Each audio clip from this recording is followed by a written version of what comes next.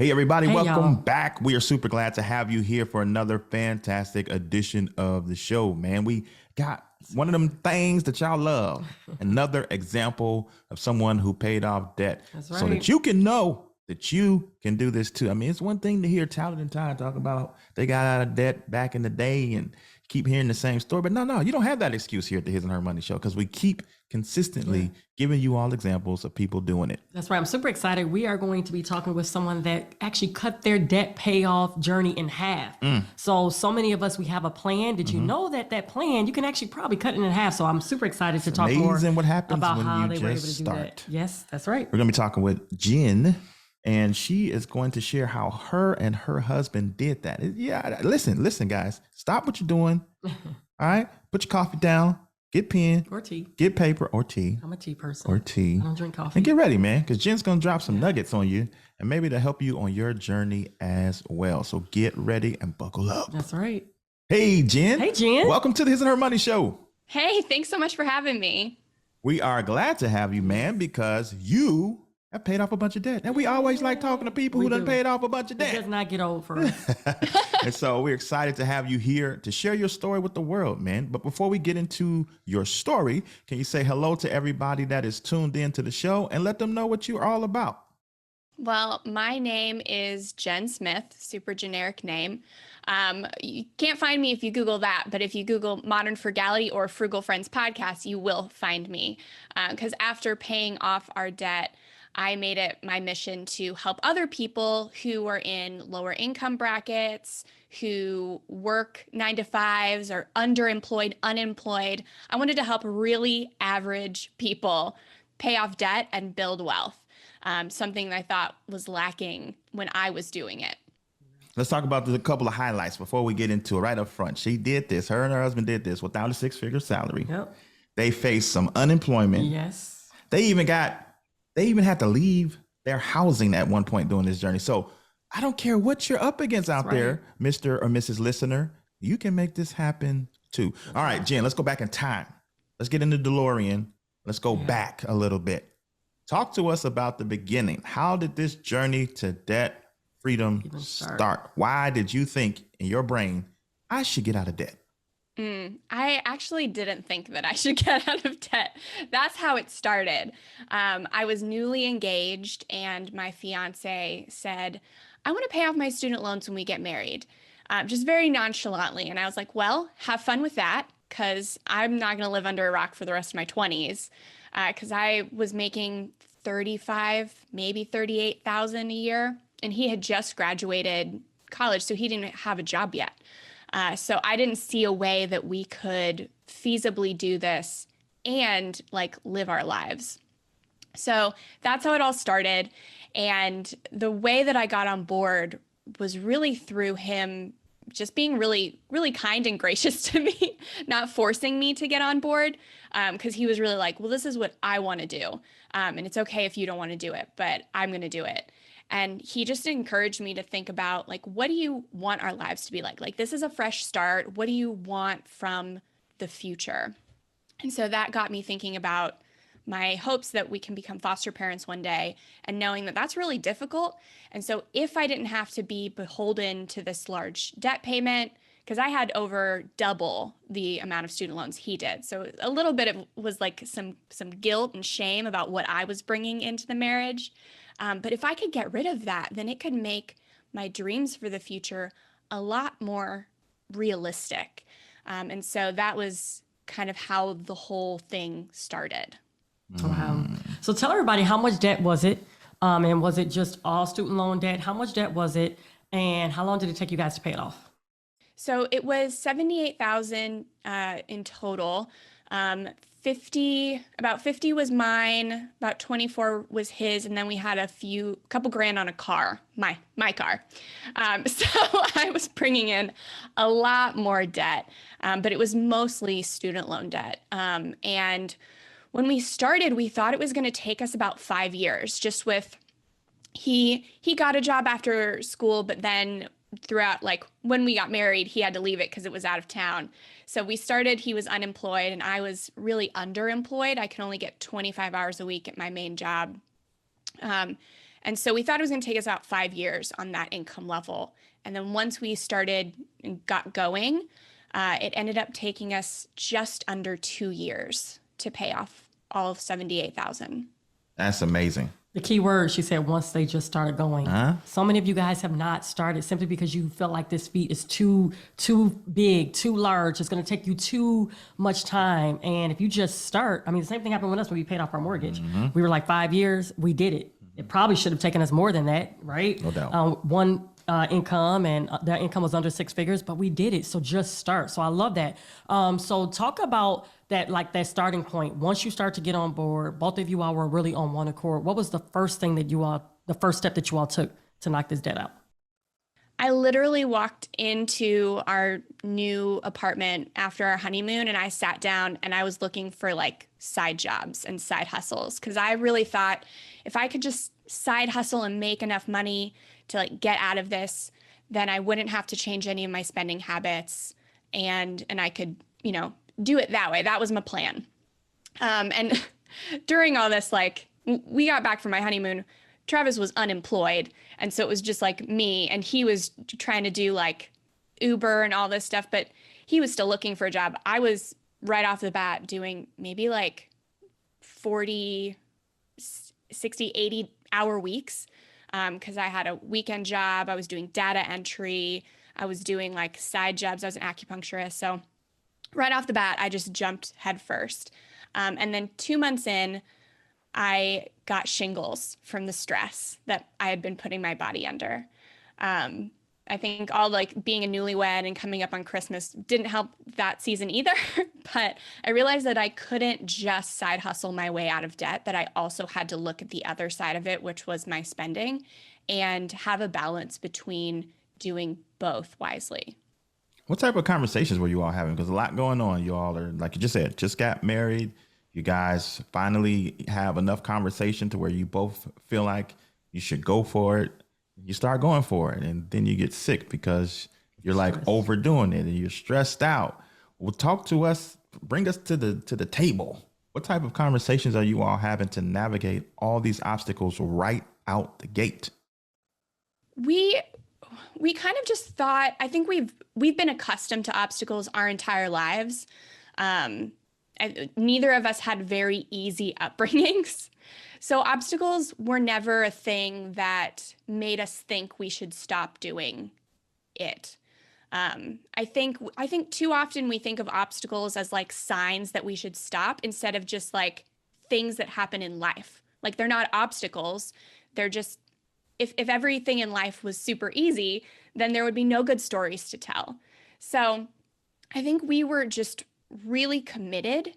And so our conversations kind of just solidified our commitment to really go hard at this and get it done as fast as possible.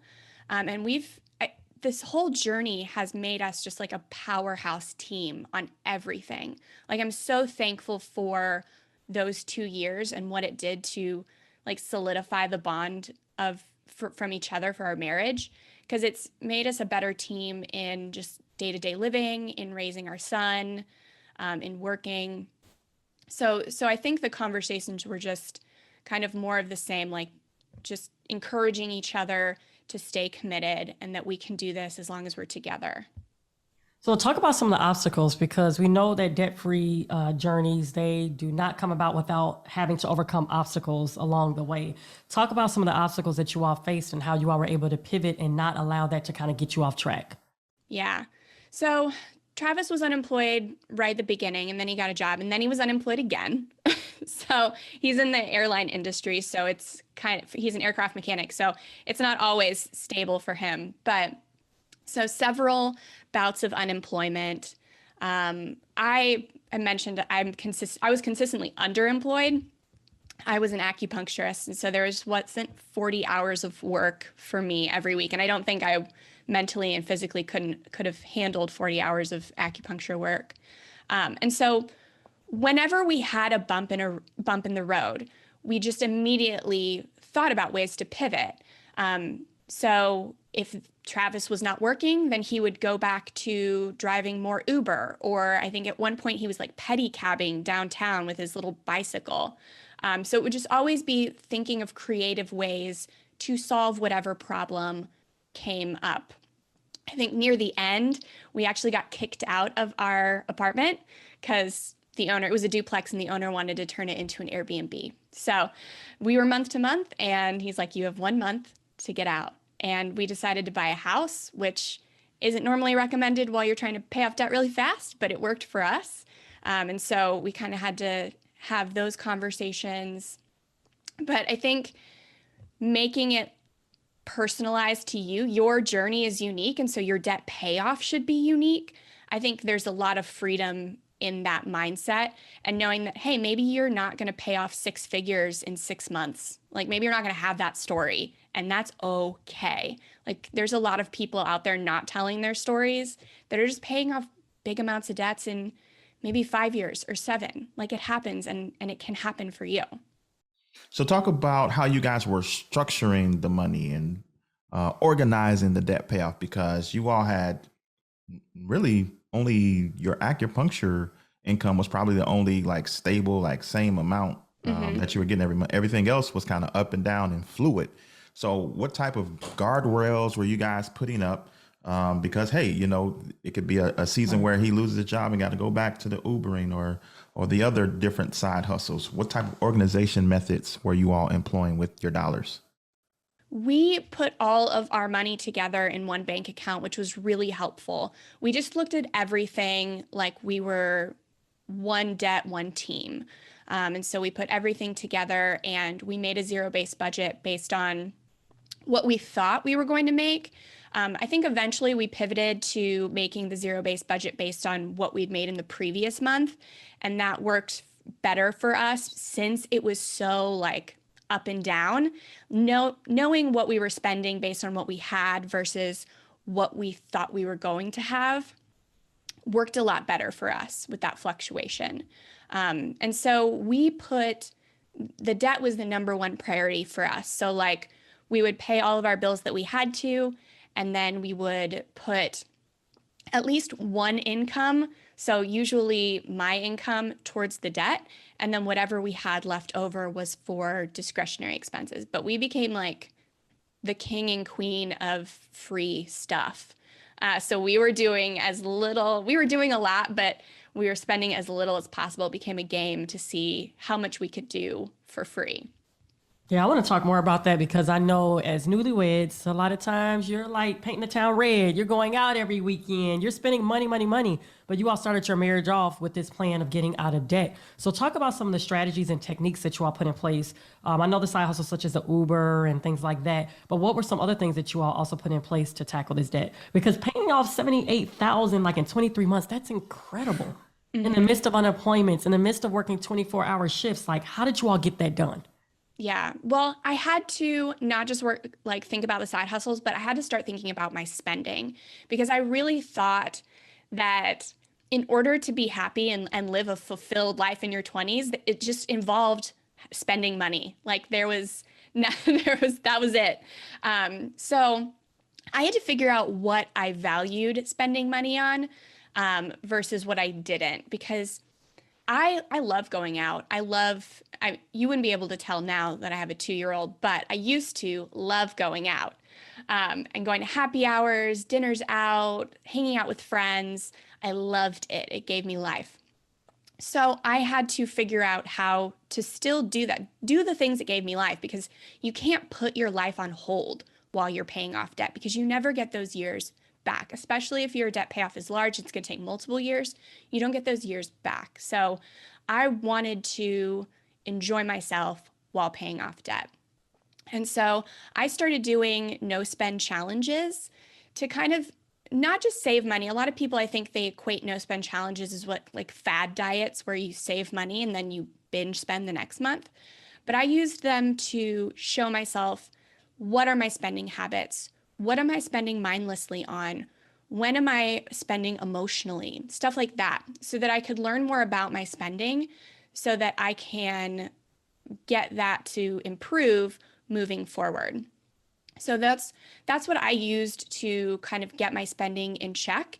And I ended up finding that the things that I love, the things that gave me life, weren't the things I was spending money on, but they were actually the free components of those. So like it's not that I liked going out to dinner and like tipping and spending all this money on drinks, but I liked spending time with my friends and I liked not doing dishes. So I could figure out I could have friends over, we could use disposable plates, or I could get takeout one day, like where I don't have to do the dishes, way cheaper than a fine dining restaurant. So it wasn't until I did the spending detox, the no spend challenge, that I actually figured out what I really wanted from my spending. So talk about the no spend challenge, because for some people, they're hearing that for the first time. How does that work? What What's is the it? What do rules? you do? Yeah. The beautiful thing is that you can make your own rules. You can do it however you want to do it. And so for me, I liked to do it for a month at a time, because there was pretty much, if I was going to be doing anything habitually or something, it happened at least once a month. So I would pick 30 days and I wouldn't spend any money on discretionary things. Yes, you still spend money on bills and gas and all that. That still came off of my card. But anything beyond that, takeout, coffee. Some people get really crazy and don't grocery shop at all. I've never done that. I Shop their still, cabinets. Yeah. right? Yeah, I still grocery shopped, but I've always been kind of like a pantry minimalist, so I would probably starve. But yeah, so I'd still buy fresh produce and groceries.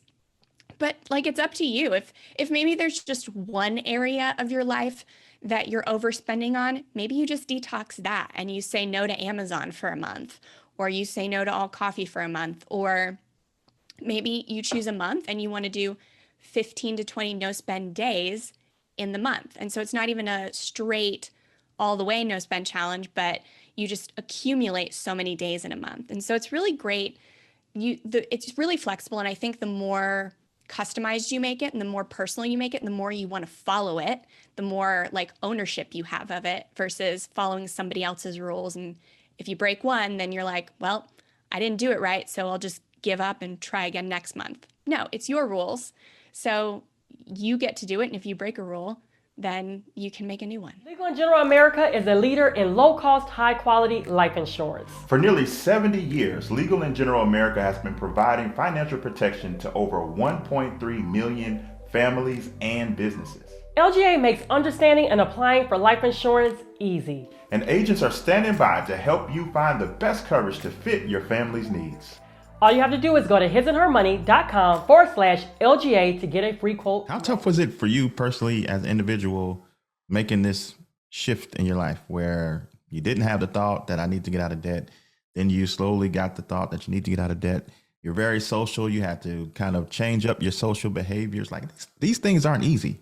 Mm-hmm. How did you navigate all of these changes? For the person listening right now, no, they need to change, but they have the mindset that you had, like, man, I really like going out with my friends. Maybe I can enjoy my 20s or my 30s a little bit longer before I get serious about this debt thing. How are you navigating all these changes? I think it was like half mindset and half like just really hard going through it stuff. So half of it, the mindset half was like, I had a scarcity mindset that I still struggle with, but I said, if I don't live these days now, I don't get them back. I don't have any other days like the days in my 20s. And while that's true to an extent, like I think I'm a much better person in my 30s than I was in my 20s. Like probably the person I am now would not have been friends with me in my early 20s.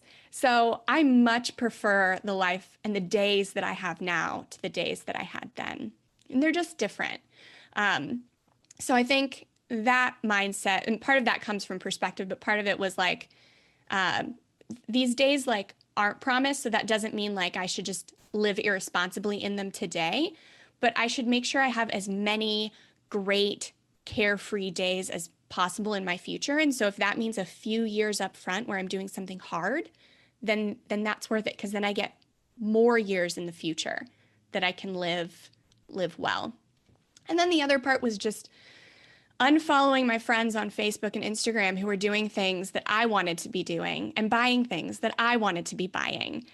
And just like suffering through watching people go on vacations I wanted to be going on. And there's no way to get around how hard that is. You just got to trudge through it. Yeah. Talk about, there was a book that really impacted this journey for you all of the one thing, like having total focus. Talk about the book and talk about how you all actually implemented it within your journey. Yes. So I'm a big fan of The One Thing by Gary Keller and Jay Papasan. And it's basically, so I think of it as it's dispelling this myth of balance, where we have to balance everything. We have to have a balanced budget. We have to have a balanced life where we pay off debt and invest and build our savings and save for vacation and do everything all at once. But that's not efficient, and it's not as productive as focusing on one thing at a time. So that's kind of like the basis of the book is what's the one thing that you can do that will make everything, like, not everything, but things in the future either easier or unnecessary.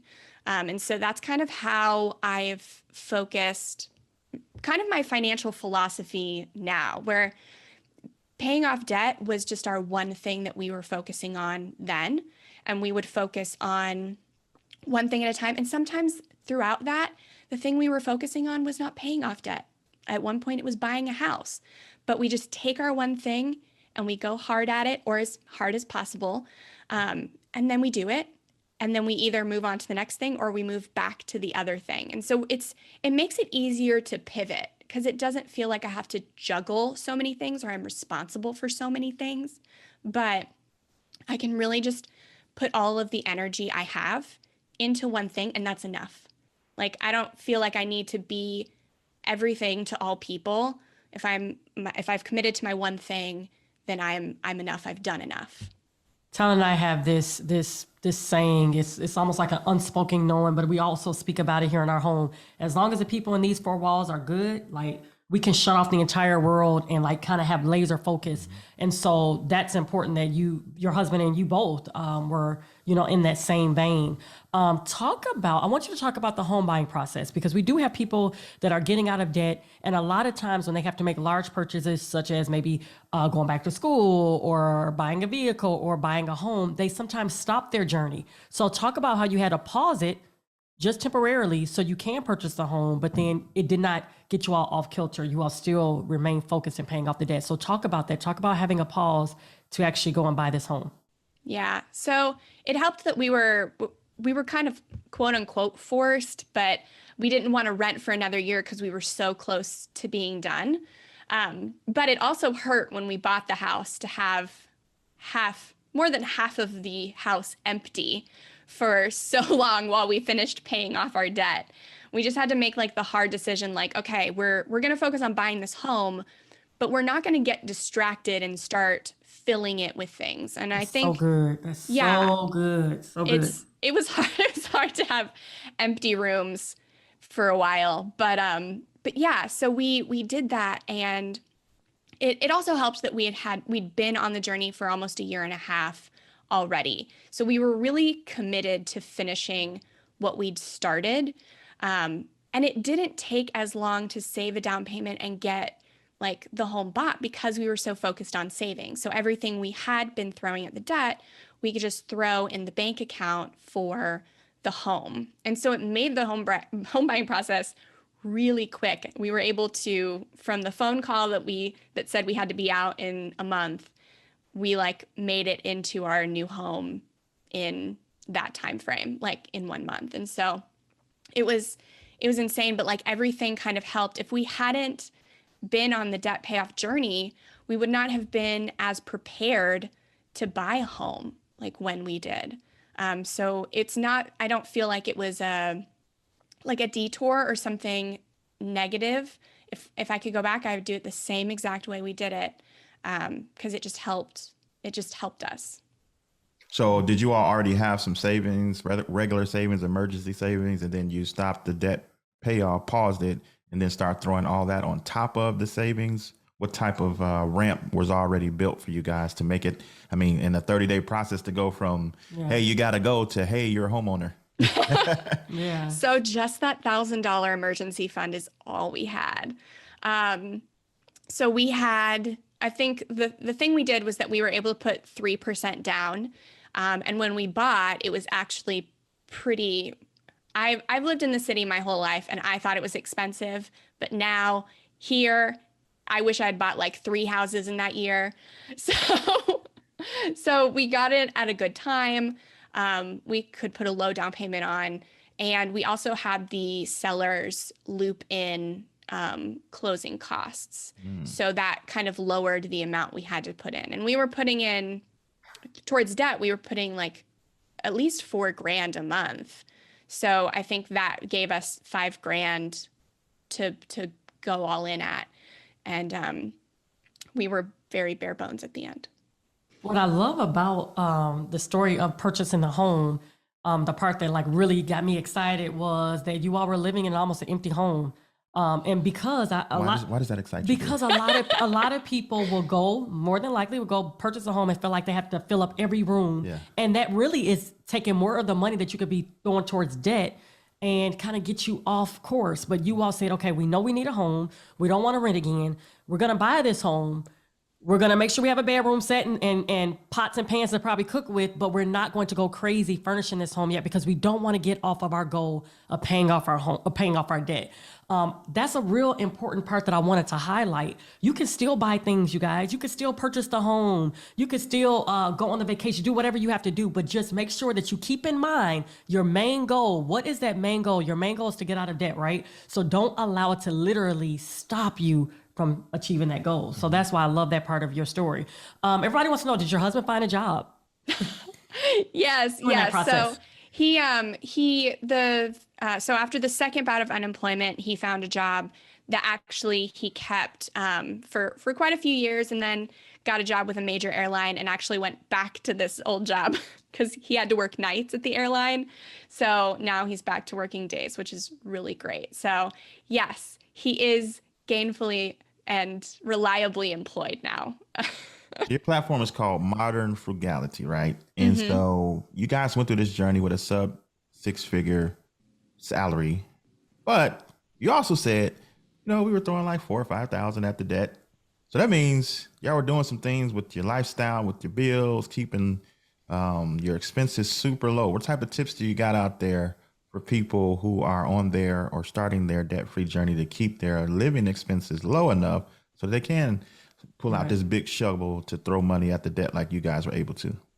Yeah. So I think it was focusing on the bigger expenses versus like the nickel and diming or couponing or stuff like that. So we focus mainly on housing and food.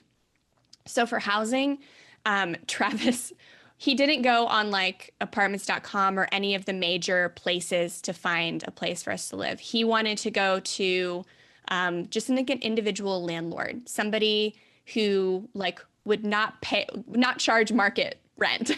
So he would go running or biking around neighborhoods while we were engaged and looking for something.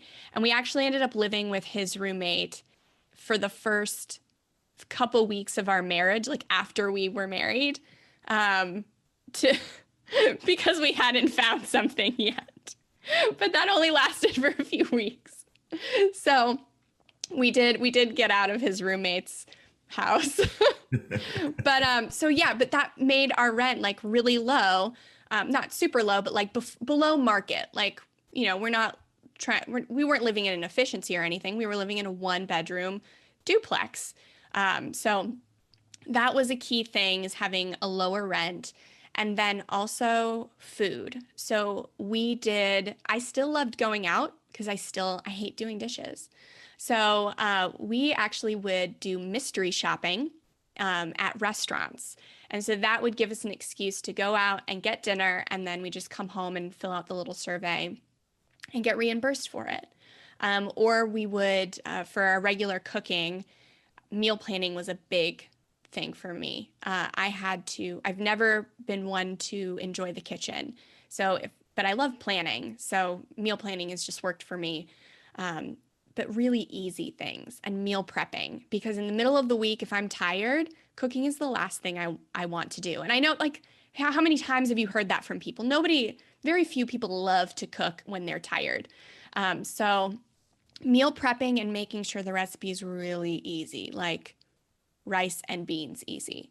So those keeping, and we were vegetarian during that time, so we didn't buy any meat. So all of our groceries were pretty low cost and easy to cook, so we didn't get takeout. And then we could plan for the nights we were going to go out with the mystery shopping. So I didn't feel like I was missing out on getting that experience. So was being vegan intentional for the journey, or was this a lifestyle prior to the journey? Was this something that you all chose to do to save money? I was actually a vegetarian before. I didn't realize that it was saving me money, but yeah, it just ended up being a big money saver because I do eat meat now, and now I look at it, I'm like, dang, like I don't want to buy a lot of this, and I don't want to go to Costco and buy like there's just three of us, and one of us is 2 years old, so I'm like not going to go buy 80 pounds of beef. So Right, yeah, right. I've always like gravitated more towards like beans and grains. So Yeah. it's So talk about that moment. Walk us through that moment when you all paid off that last debt payment. ooh, that was so good. Let me just like walk through the last year like in 5 seconds. So we got a year into our debt payoff and I was super depressed. I was super hopeless. Like we had done a year and that was great, but I didn't know how I could do another year. So that's when I started writing. I started my first blog just to see, okay, maybe if I can help people, then that will help me stay motivated. And it was the biggest motivator. So I truly believe like we rise by lifting others up. And so helping other people really did get me through the last year of our debt payoff. And so when we got to that point and I was able to share it with not just my friends and Travis, but like other people who had also been watching my journey, it was mind blowing. Like that last year went by really quickly because I was creating this community of people who I was supporting, who could support me, and it was just great. We had champagne and we live streamed it on Facebook, and I, yeah, it was just a great feeling. That's Wow. awesome. What advice do you have looking back on your own journey? Because there's a couple of times where in the beginning, you were going so hard that it cost you your health a little bit. And then a year in, you started feeling depressed. So now it's messing with your mental health. Looking back on it, what advice would you give to people as they proceed to either avoid some of that or if they feel that, ways to cope with it? Yeah, I would definitely not recommend wrapping your life around debt payoff. It is something you should do and it is something that is good for you, but when it becomes not good for you, then it's not good. And there were several times on my journey where it was not good for me, and I had to reevaluate to make sure that I could sustain it. Because if I'm getting shingles and if I'm like living depressed and people like I think about people with chronic illnesses all the time, like it's just a lot harder when you have certain barriers to pay off your debt, but it doesn't mean it can't be done. It may take you longer than 2 years, and that's okay. Honestly, probably should have taken us longer than 2 years. Like we may have gone too hard, too fast. But I think that it worked for us. Like I'm a very all or nothing person, so it just made sense for me. But you don't have to do it like I did it. You don't have to do it like anybody else does it. As long as you're working on it and you're making gains, then you're doing it. And personal finance is a journey more than anything. Like your debt doesn't define you, and being in debt doesn't mean you're a bad person. So Right. yeah. That's true. So what's next for you guys? Is the home, are you guys planning to pay off the home, or are there any other financial goals that you all are reaching for? So we did refinance to a 15-year mortgage, but we're going to stay in the 15-year timeline because we were really saving for some rental real estate. That is our next goal that we want to accomplish. Love it. Great, great Great, goal. great. So let everybody know how to stay in touch with you and all the different ways that you give out great content. Yeah, so you can hear me and my co-host Jill every Friday, wherever you get podcasts on Frugal Friends Podcast. And if you want some freebies on how to save money, earn more, and build wealth, you can go to modernfrugality.com. I've got a whole bunch of free resources on the homepage. Awesome. We'll be sure to have that linked in the show notes of this episode. Jen, man, your story was pretty incredible. amazing. I think we all learned a lot from it. So we really appreciate you taking time to share it with us today. Thank you so much. Yeah, thank you so much for having me. There you have it, ladies and gentlemen. Another fantastic example Phenomenal. of debt freedom. It's no cookie cutter approach. No matter what you hear out there, personal finance is personal. That's And like right. Jen said, you need to be doing something. You need to do a little something, maybe a lot of something, but not at the expense of your health, right? right. We want you in the game. We want you in the fight. We want you in the driver's seat of your personal And I finance just journey. want to say this, debt can also affect your health. So it's like, it can go both ways. So Yeah. many people are very stressed out. They're not sleeping, just having mental issues simply because of the burden of debt. So Depressing them on that side. exactly, You get exactly. depression So that if way. you're getting depression on that side as well too, I think now is the time to also come up with a plan. There's hope. There is hope. There is hope. You don't have to stay in this place. That's a fact. Guys, get up out the debt like Jen on, did. y'all. We want you free. We want you living life on purpose instead of living life full right. of payments. All right, guys, we got more info and examples just like this at our website, hisandhermoney.com. hisandhermoney.com. Go over there and get motivated. We got like hundreds of stories like Jen's. You can listen to one a day. One a day. Keep yourself motivated. That's right. Go get it done. That's all we got for this time, guys. Until next time. Peace. Bye, y'all.